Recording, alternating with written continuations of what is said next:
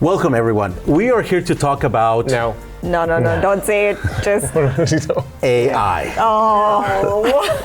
Okay. So we're going to talk about your AI, and the catch is the AI has been a little bit overused, but the good thing to keep in mind is that AI and machine learning has been with us for a very, very long time. And just as of late, as a couple of years, everything has become AI, and it's kind of being overused, and that's why it's like, AI. But there's a lot of great things about it, especially for machine learning, that actually is going to make our lives a lot easier. So I think we might even put a counter to see how many times we say AI I'll be in the ready video. now. If you guys are okay with that, have a little fun with it. But I think the question is, there is a little bit of fatigue from people in terms of how many times technical corporations use the word AI. So then why even make a video about AI, or specifically AI PC? Right. Why would we want to do that? Well, I think one of the reasons that we want to do that is to show that there's actually a lot of great software and workloads, things that we can do with it that makes our life a lot easier. And maybe we talk a little bit about explaining what an AI PC is, because I'm sure some people know, but there are many folks who are like, hey, I keep hearing this. What is this all about? Like, how does an AI PC look different from any other regular PC? What special things can it do? That's actually a great question, because he's like, how does it look different? I was like, from the outside, it looks very similar, or you could say the same thing, but actually the inside is what makes the big difference. That's right. And so if you already know all about AI PCs, feel free to skip to the next chapter where we talk about our favorite actual AI experiences. But let's start with a little introduction of what an AI PC is. And in fact, let's start about AI. Is this a new thing? Yeah, so AI, actually, the roots of it has been from a long, long time ago. It all started, you can even trace it back all the way to the 50s, 60s, 70s. That's kind of when it started. It went through neural networks and then convolutional neural networks, and now we're doing transformers. And actually, transformers is the type of, let's say, modeling type of architecture is being used today to do most of the AI workloads. And actually, the paper for that was written back in 2017 by Google researchers. So we had actually had that for a long time. One example of that is, for example, in the search bar, when we start typing, it actually gives us a suggestion. And that is actually text prediction. And that is one type of machine learning of AI that we have had for a very long time. We just didn't call it that. It was machine learning, but now it has moved, and it's been there with us for a long time. You know, this reminds me a lot about the internet. In the early days, it was mostly like a data center thing, a research thing. And then I think today, no one would imagine their lives without having the internet. And so there is a resurgence of AI across devices, across data center, edge, AI PC. And so now it is transitioning more from the data center to the device, to AI PC. Can you tell us a little bit about why you think this is the right time to transition AI from a data center workload to an edge or a PC workload? That's right, Max. I think this is now the right time because there are three key vectors which are driving it, in fact. The first one is latency. So simple laws of physics, right? If you have a workload that you want to process in the cloud, you have a connection, it goes to the cloud, gets processed, comes back. Whereas if you can do that on your PC, an AI PC, which has the AI capability, a neural processing unit or capability of AI across XPUs, then that is actually much faster. In fact, a dynamic malware detection company calculated that and found a 70+% reduction in inference time by taking that workload and running it locally on the NPU. The second reason is cost. So any of these workloads, if you want to process on the cloud, usually you need some kind of subscription. And especially in cases like where there is an enterprise adoption, this cost can add up very quickly. And so as an example, with one of our partners, BufferZone, which is an anti-phishing company that uses image and data analysis, they found that if those kind of things were run locally at the edge in the AI PC, that reduced operational cost by 91%. So that's a huge cost saving. And finally, the third reason is privacy. So in a recent survey, we found that 57% of the respondents were worried about privacy and their data, going out for AI in some cloud, and they would want to keep it, locally on their system. So with techniques like quantization and new innovations coming into these models, you can actually bring them down and execute them on your PC. No internet connection needed, no exposure to any kind of outside method for the data to go out. And so those kind of concerns can be addressed by an AI PC. So 3 key things: latency reduced, reduction in cost, as well as protecting the privacy of our users. It's time for the AI PC. Yeah, nobody wants to have their data being used to train models or corporate data leaking outside, right? Exactly. And so for these experiences to be real, there is a combination of hardware and software that needs to exist, right? So from a hardware perspective, our latest processors have a combination of CPU, GPU, and NPU engines that can accelerate those experiences. But we're also working very heavily with our ISV partners to enable that on the software side as well. Yeah, that is correct. So we have 3 different engines that now that the software developers can actually go and choose depending on which, whatever their workload is, they can actually optimize the software for any of those 3, right? So if you want like power savings, you can go to the NPU. You want something that is going to be done fast, you can go to the GPU, and there's other things for the CPU. So the good thing is they have these options on those 3 different engines for the software developers, which is just pretty cool. So the software ecosystem is super important. It needs to take advantage of both the hardware and the models and everything that we're putting together for it to develop into actual experiences people can use. And so what we wanted to do today is, in the course of our daily lives as Intel employees, we come in contact with software and hardware. So we've been playing with it for a little while. That's right. And we have our favorite AI PC experiences that we want to show people. So we'll take turns going through our favorite experiences. We'll probably put links to the software that we're using. Yeah. We'll put links to our Intel website where people can research devices that they want to buy for AI PCs. And we'll just talk about how that's changing our daily work. I think one thing that I wanted to point out is many of these experiences, maybe people have had in the cloud. Yeah. We want to point out how those things are changing by having it locally on the PC. All right, does that sound like a plan? All right, who wants to go first? I'll go first. Okay. One of them that I thought was pretty cool, especially for those people who are just trying to get their feet wet when it comes to everything machine learning or artificial intelligence, is we have developed this program with this software called AI Playground. So it's pretty much for you to go in there and experience all the different models or different types of AI that are out there. For example, the first one that we have there is for image generation. So actually, hopefully you've seen that many times, is you actually give it a prompt and tell it to, make me a kitty with wings flying through rainbows. Very normal ask, not weird at all. But you have that, and like magic, it will bring it up, and this one actually will give you different, not just one picture, it will give you different pictures so you can choose from it. Yeah. So that will be one thing that you can do there. You can actually, there's another option that you can actually go and refine that. And there's also the possibility for you to play with LLMs, which are large language models that a lot of people have been using, including myself. It helps me improve my English and redacting a bunch of other stuff. And what you do there is you actually go and put it a prompt. For example, nothing to do with me, but tell me a story of a bald, handsome, intelligent guy on how does he make his own peanut butter sandwich in a Shakespearean way. And it actually will spit out that there, Nothing to do with you. Nothing, no, just completely random thought. Yeah, completely random thought. And the cool thing is it will do that. So there's 2 things with that. So the first one is you can actually choose whichever large language models you want to use. So you're not just tied to one. The other thing is you can actually use RAG, which is Retrieval Augmented Generation. And what this allows you is to access a specific library of documents.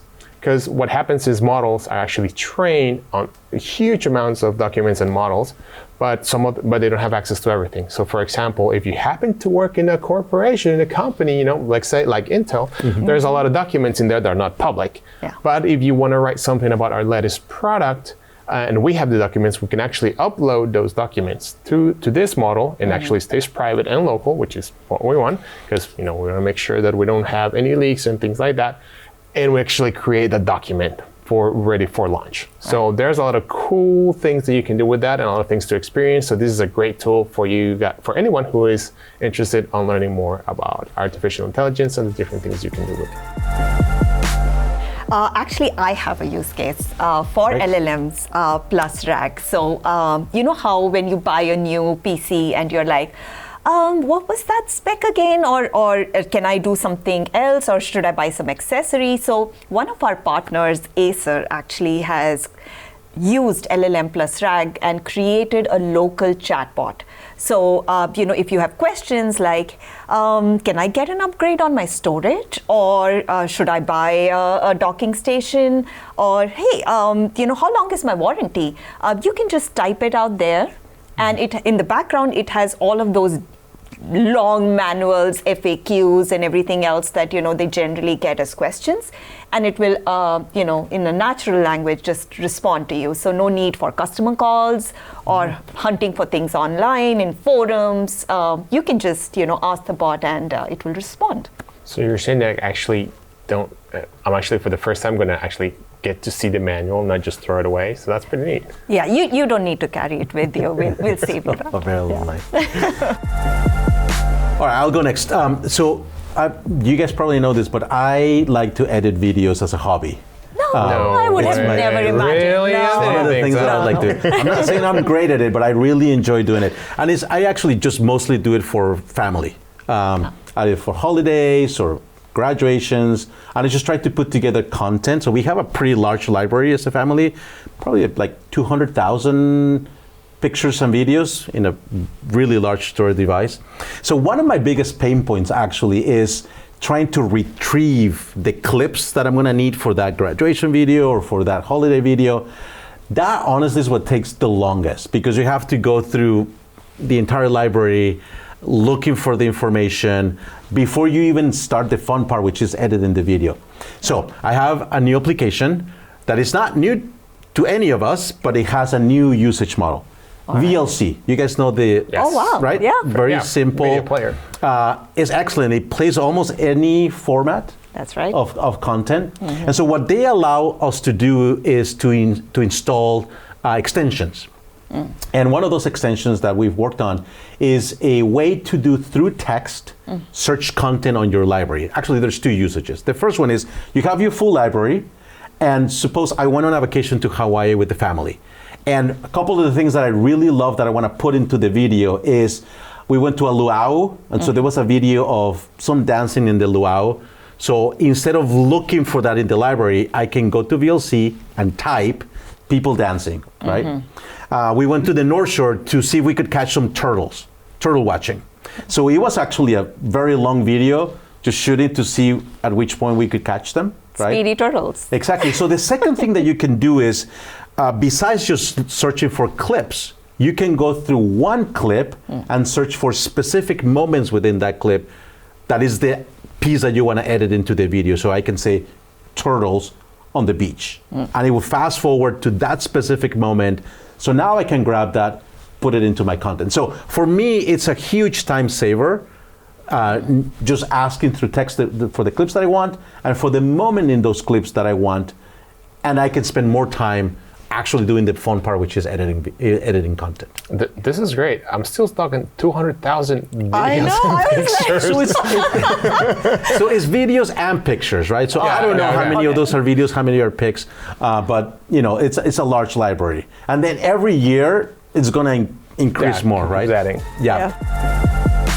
So in fact, let me talk about another use, because now that you have the content that you want for the video, so you identify the clips, or even the portions of the clips that you want to do, then you're going to edit it in some sort of application. So I use Adobe Premiere Pro. And a couple of the things that there's so many, but I'm just going to mention a couple. One of the things that you can do is once you have your clips, you could do things like scene edit detection. So what that allows you to do is, suppose I'm putting a video for a birthday. Most people send me their clips. I edit the video, it's ready to go. But then there's that one last person that sends you the video right before, the little edit right before you're about to show it. So what you can do is you can have a finished video, have Adobe do scene detection, so it will decide where the cuts need to be made in that huge scene, and you can open those cuts, insert the new thing, add new audio or background, and then just re-edit that and export. So super easy to do. AI, so it detects where the scenes are being cut. So that's one thing. The other one that I really like is once you have your finished video, you can put that on YouTube, or you can share it whichever you want. One of the ways to share is through social media. But now you're not looking at a 16:9 video, now you're looking at 1:1. Yeah. Sort of like a square video for Instagram or Facebook or whatever your social media application is. So another thing you can do with Adobe is right click, go to scene, and do auto reframe. And what that's going to do is we're going to keep the subject in focus, but cut it into the shape that you want. It uses AI to detect that motion and auto reframes it for you. Super simple, export, and you're ready to share it in your favorite social media platform. That's pretty neat, because that's one of the kind of most challenging things that we have nowadays when actually creating content is like you have to ask like, I want it in white, 16:9, but I also want it in social cut, and it's like there's only one way I could put the camera, and doing this, I think it'll make things a lot easier. So you could shoot in 16:9 and then just do your auto reframe. So we've been working with Adobe and many other of our partners for a long time, and so we're trying to enable the entire Xe media engine, both for decode and encode, so that we can hardware accelerate the most popular codecs, HEVC, AV1, etc. We're even working with Adobe and Sony to hardware accelerate the entire family of XAVC codecs from Sony. So it's not just having the hardware, it's enabling the ecosystem so that the software also works with it. Yeah, it's pretty cool. A lot of people are now very enthusiastic now that actually you can do not only decode, but encode in those different types of codecs, which is it's a huge gain for everybody. Okay, that's right. So I'm gonna take a break. Who has the next experience? Actually, I have a usage which is used for nowadays entertainment and also creating some controversy, which is AI-generated fakes. Yes. And even as a parent, I'm concerned about those kind of fakes, which my kids might consume. And God forbid, if there is a Taylor Swift video which says, don't do your homework, that would not be a fun conversation, right? In fact, even in my role as product manager, I watch out for any videos from industry leaders, and maybe if Mark Zuckerberg wants to announce a new device, that's something that I would be very interested in. But AI has reached a point where it's becoming harder and harder for human beings to detect what is real versus what is AI generated. And to help distinguish that, our friends at McAfee have been doing a great job. They are using AI to detect AI, right? So securing AI with AI. And what happens is that, when these fakes are generated, it's a mix of artificially generated audio as well as artificially generated video.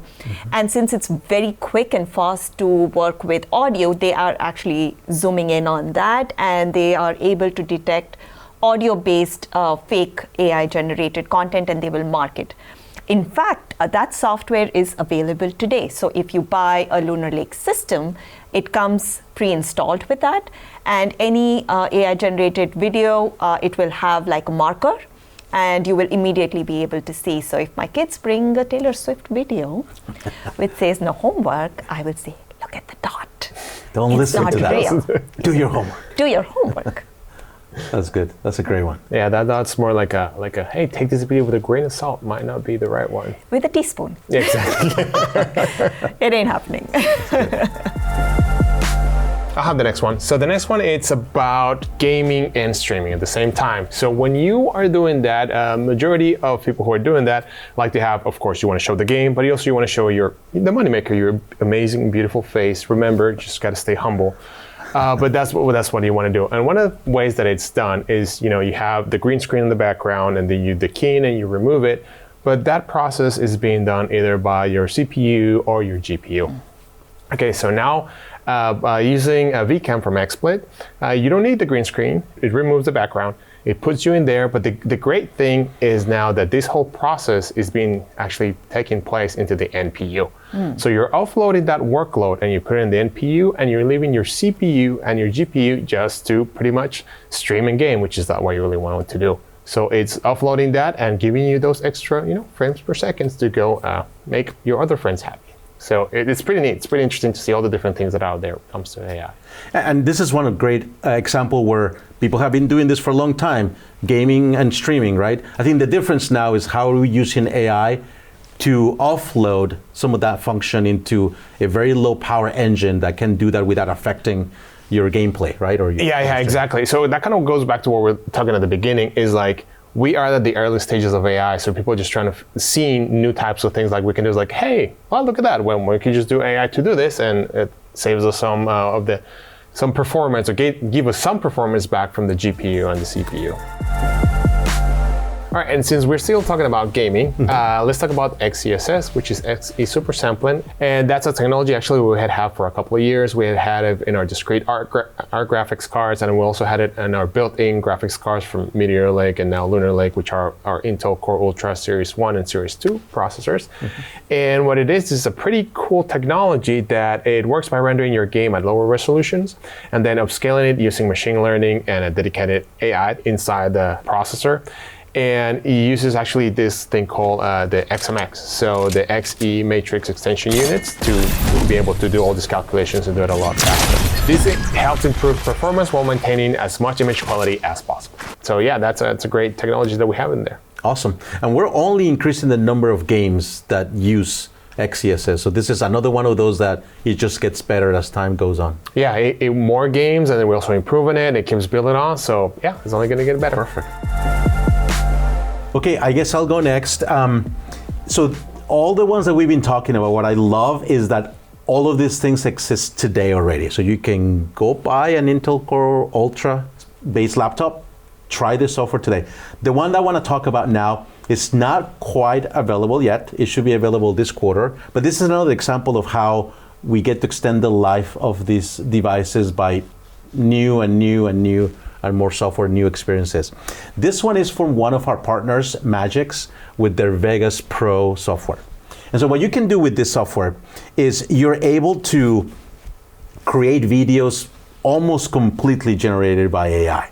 They have this feature called AI Editing Assistant that allows you to put videos together. It's very, very fast. So for example, you can type a description of the video idea, and from there you can immediately start generating a story draft, suggestions for video content from their own stock library, background music, and even ready-to-use voiceover. So not only it puts together the draft of the script, but it creates the voiceover with AI-generated audio for the video.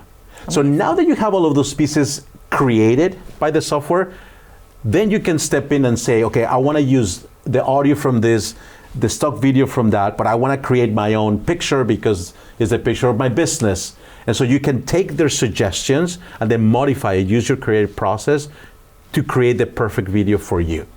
So what does that mean? It means that in a very quick fashion, you can put together a full video without needing to hire 20,000 resources for your small business that maybe you don't have the budget yet to do. And you can create very quickly with the help of AI. Again, not available yet, coming this quarter, and super excited for what that can mean for content creators. Actually, talking about bringing people together, I think I have an example of how AI is helping bringing people from different backgrounds and cultures together. You know how Intel is a global company and we have colleagues all around the world who speak different languages. And in fact, even our ecosystem partners come from different parts of the world and they have their own mother tongue.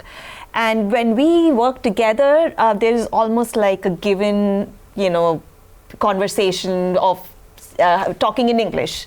Whereas the reality is many of these folks are not comfortable or they would prefer to speak in their own language. And so AI helps us do that live captioning or translation from whichever language the person is speaking to, the one that a consumer would prefer. And so that helps us break those barriers and have a more fruitful conversation. Similarly, there is a lot of content created worldwide, right? And in different languages. If unless it's dubbed or the producer has created those captions, many people are not able to consume it if it's not in their own language. And so using AI, such content can also then be translated or captioned into a consumer's preferred language. And so AI can be really helpful in bringing people together and, sharing of those great experiences and contents and, make our lives better. Me parece excelente. Dhanyavad. Muy bien, muy bien, muy bien. All right, so we have covered about 9 different usages. Let's do a number 10, a bonus one. And I wanted to talk a little bit about collaboration and battery life. And this one, I think, is near and dear to our hearts, right?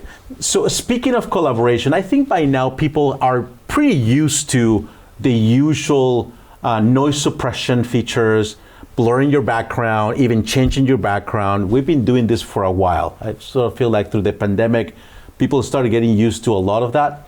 Most of that was happening obviously in the cloud.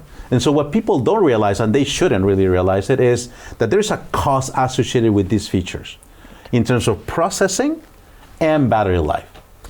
Obviously, if you're running these features on a CPU or the GPU that consume a lot of power, you're going to get less battery life. And so one of the things that we're doing right now is offloading some of these features to our NPU. It's a very low power extended workload engine that allows us to run those things with very, very low power. What that means is we extend the battery life of our systems. And so I don't know how it works for you guys, but like we're a hybrid company. Yeah. Sometimes we're in the office, sometimes we're at home. When I come to the office, it used to be that I brought my system and the charger was there the entire time. Because you do a few hours of Teams call, you have to recharge. But now when I come into the office, I don't even think about it. I can go multiple work days where I don't even have to recharge because these systems are truly extending the battery life that we get out of the systems. And it's not just our processors, of course. We're working with great partners that allow us to have great system battery life as well. That's right, and I'm so glad it helps my back. I don't need to carry the charger to office. And very similar to you, I am a regular office productivity user. So a lot of Excel, a lot of PowerPoint, a lot of Teams.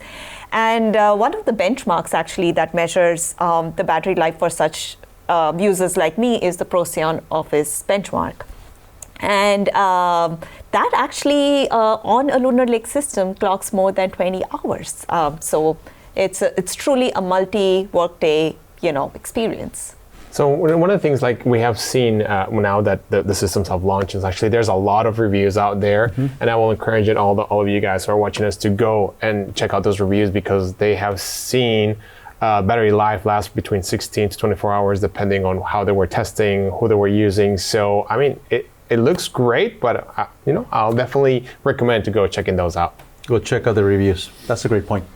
And so that's it. Those are our top 10 AI PC experiences, our favorite ones, that we want to share with people today. And those are available today for you to try. And if you guys want to know a little bit more about the different software that we use and the workloads and also the systems that we use to run all these, there's actually going to be some links down below that you can actually click and learn more about all this. And I had the privilege of bringing Lunar Lake SoC to life, and I'm super proud that it's now available for you to purchase. So I hope you will try it out and hopefully make it a part of your lives. With that, that's it for us. Thank you for watching.